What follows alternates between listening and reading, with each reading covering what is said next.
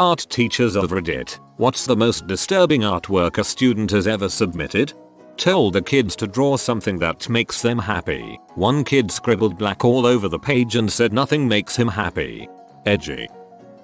My little brother got in trouble for drawing a picture of a polar bear eating a seal. Lots of red crayon was used. He was like 9. I didn't get why it was a big deal. It's not like it doesn't happen.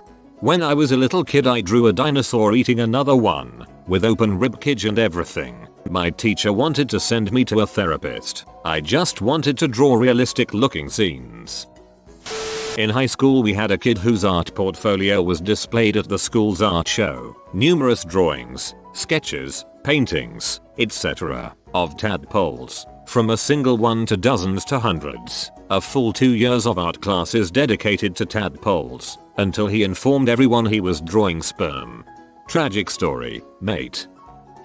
My literary arts teacher told us a story about the only kid to ever be kicked out of the program. He only wrote stories about women being killed by snakes. No matter what the writing prompt was, he turned it into snackometers. He then read them aloud to the class, proudly. He didn't last too long. That's some imagination. I wanna hear how he turned some of those prompts into snake death. High school 1977. While everyone else is drawing Pink Floyd rainbows and peace signs all over everything, the biggest burnout in the class makes a wide metal bracelet with intricate triangular designs cut out of it. He turns it in and gets a great grade for the first project he ever bothered finishing and some well-deserved praise for his effort. Teacher hands our work back and first thing he does is grab a pair of pliers and bends all the triangles outward, making a thick metal spiked bracelet. I found that devilishly, disturbingly clever. He was ready for the 80s and the punk scene that came with it.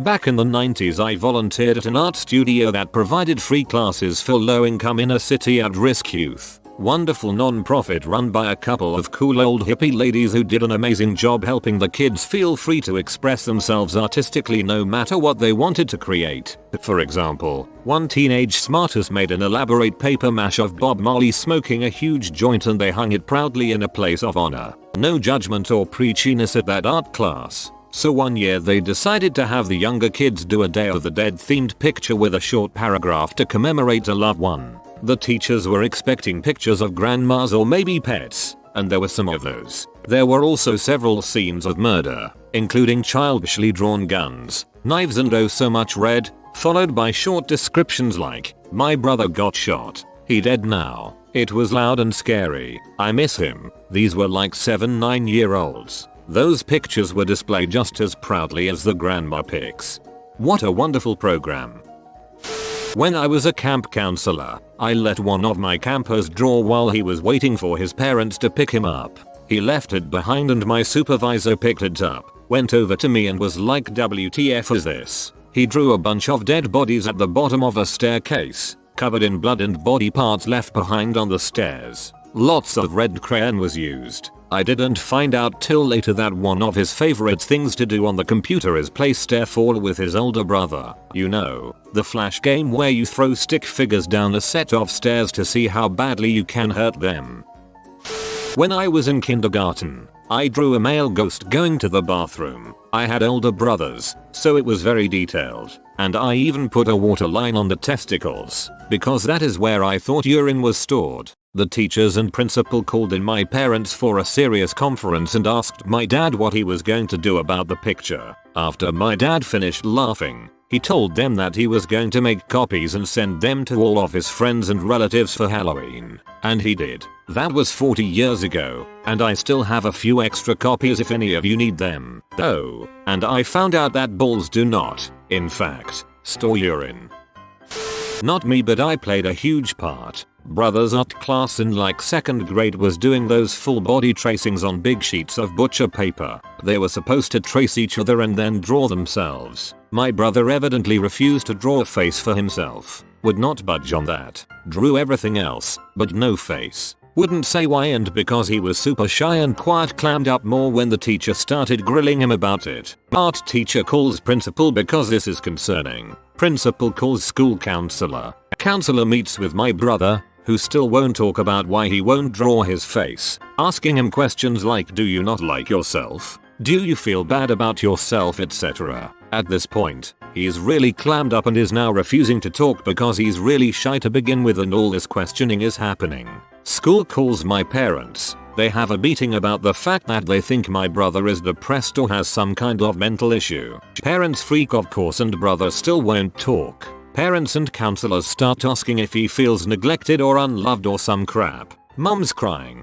Dad is frustrated and brother thinks he's in trouble for something, and I guess in an effort to stop them all acting crazy he says he doesn't draw his face because he hates someone in the family. Cue full family counseling for like a month. Mom is a wreck and thinks my brother feels like they neglect him and don't love him, so she's just constantly like, you know, I love you very much, right? Counseling isn't going well because brother is just quiet and confused. Me, 2 years older than him, is just mad we have to be at this office all the time. Finally, during one session, brother finally cracks. Doctor asks, who is the person in your family you said you hated?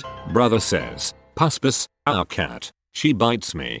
It makes me really uncomfortable when teachers push children who are shy like that. I remember seeing stuff like that in class where students didn't want to talk and teachers would make a huge deal about it, making the situation even worse for the kid. There's a way of bringing them out, but making a huge scene in front of the class is the worst thing you could do. In 2nd grade I was infatuated with the battleship Bismarck. I also loved the flag on it with the red background and white circle with that cool box thingy. We had to build a design to look like a quilt using construction paper. I did mine using the Nazi flag. It looked 100% like it. My teacher didn't say a word, but when I showed it to my parents they burned it. It took me until 5 years to figure out why they did that. My Bill did something similar. When he was in kindergarten he drew a swastika on his notebook because all he knew it from was the bad guy symbol from Indiana Jones. In my AP art class in 12th grade, a fellow student in class decided to make an art portfolio with the human fetus as its theme. One piece in particular was a hyper-realistic ink drawing of a tossed salad with little fetuses in lieu of shrimp. Yeah, that's actually pretty awesome juxtaposition. I had a 2nd grader kid draw a picture of me and him together and my hand was behind him. He wrote, Coach Cuthbert likes to touch me. I don't believe I had ever touched him. Not really that type of person. However, it was pretty embarrassing. You remember the Superbad movie scene with the dongs? My friend did that about 15 years before the movie and someone turned it into the teacher. He got suspended for a few days and his parents had to come in and review the notebook with the principal. I mean, it was filled front to back with dongs. Who's been drawing dongs?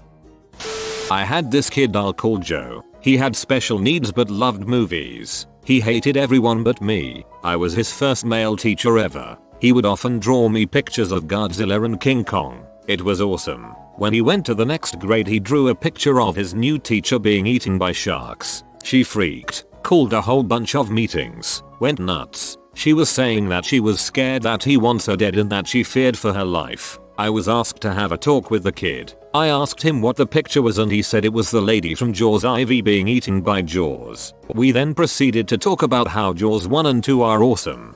Man, some teachers are straight up paranoid. A friend of mine had to have a meeting with his parents and teachers about his drawings in primary school. They were completely harmless drawings of zoos, houses, trees etc. But when viewed upside down they showed disturbing images. Obviously he had no idea what they were going on about and said it wasn't intentional. He's now working a good job and completely normal. When I next see him I'll take some pictures of his drawings and show you guys.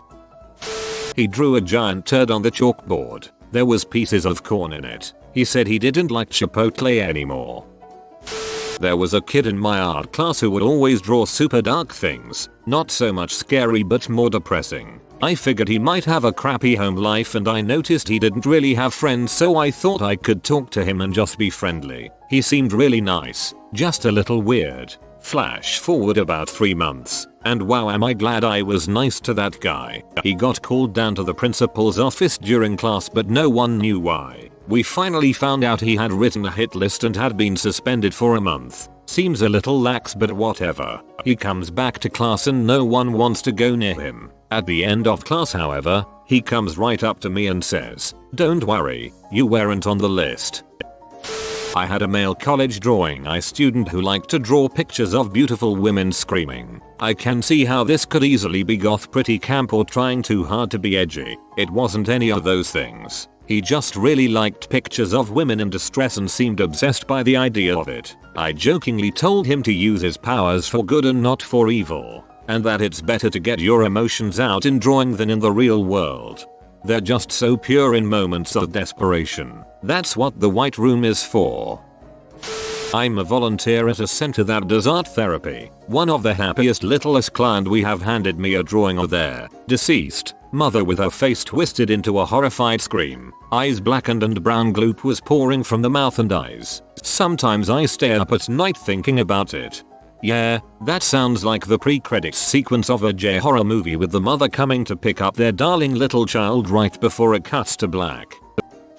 I was the kid. Little background. Grew up in a small beach town and was somewhat known for my artwork and being a pretty good artist for a little kid. 8th grade we had to design a deck of playing cards. I was 13 and going through a really hard time and made this series of super dark cards. Like the Fallen King and the Dead Joker, Queen of Human Hearts, Hanged King, etc. I really enjoyed working on them and loved how they turned out. Very dark but also colorful, like Dali meet Tim Burton. Anyway, I went to a small private school and our cards were going to be on display for this art show. Mine weren't allowed in the show and weren't allowed to be displayed for being too dark, and my teachers said I need to therapy, which, surprise, I was already in and was told to express my negative feelings through my art, which I did, and then got in trouble for it and denied a place in an art show. Still have the cards. Still think they are dope. Still bitter about not being in the art show.